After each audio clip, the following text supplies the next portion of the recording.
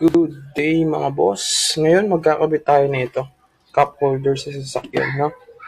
Kasi yung cup holder namin sa sasakyan, tinanggal ko na eh. Kasi basag-basag na eh. Ngayon papalitan natin ng bago.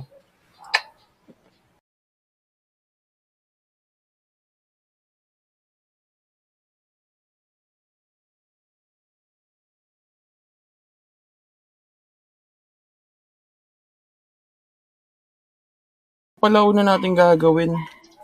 Ito double-sided to. Ilalagay muna natin dito. Para mamaya, pag nagbarena na tayo, kasi may tornilyo to eh.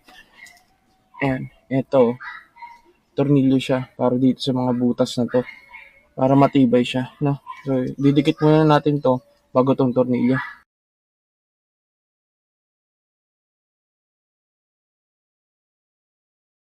Yan, tapos na siya. Nakabit ko na yung isa. Ayan, sinasabi ko. Tinurnilyo natin. Pero maliliit lang yan, kaya okay lang yan. Tsaka maganda naman eh. O, diba? Nandito naman tayo sa side ni Mrs. maglalagay. Kasi mahilig sa kape yun eh. Kaya lalagyan natin din siya dito. Kasi ito, tingnan niyo sinasabi ko. Wala na kasi dito yung parang center console o yung armrest. Tinanggal ko na kasi basag-basag na eh. So, ayun. Maglalagay tayo doon, okay? So, ayan guys. Ganito kasi yan. Di ba nalagay na natin yung double-sided tape ito? Ngayon, didikit muna natin siya dito sa paglalagyan natin mismo, no? Ayan. Sorry, magalaw ang camera. Ayan. Dito natin siya ilalagay banda. Banda dito sa taas. Ayan. Tapos, open mo siyang ganyan. Okay? Ayan. Dikit muna natin, no? Bubutasan na natin ng drill yung mga butas para pag tornilyo natin madali na lang. Syempre yung maliit lang bala. Tapos, yan.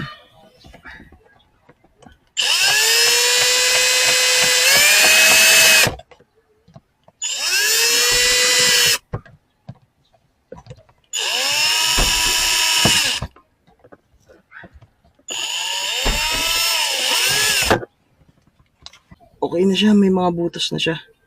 Ngayon, tutornilyohan na lang natin yan dito. Yung apat na yan. Okay?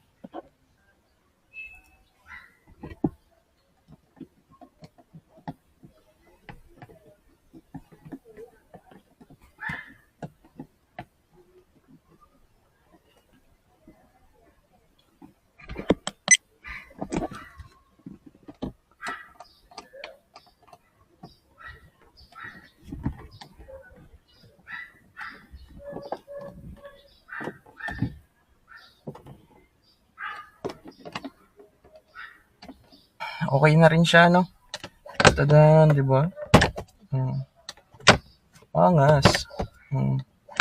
May lagay na ng kape.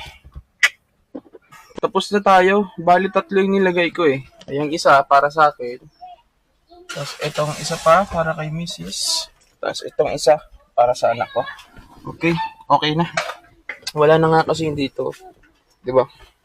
So, thank you. Bye.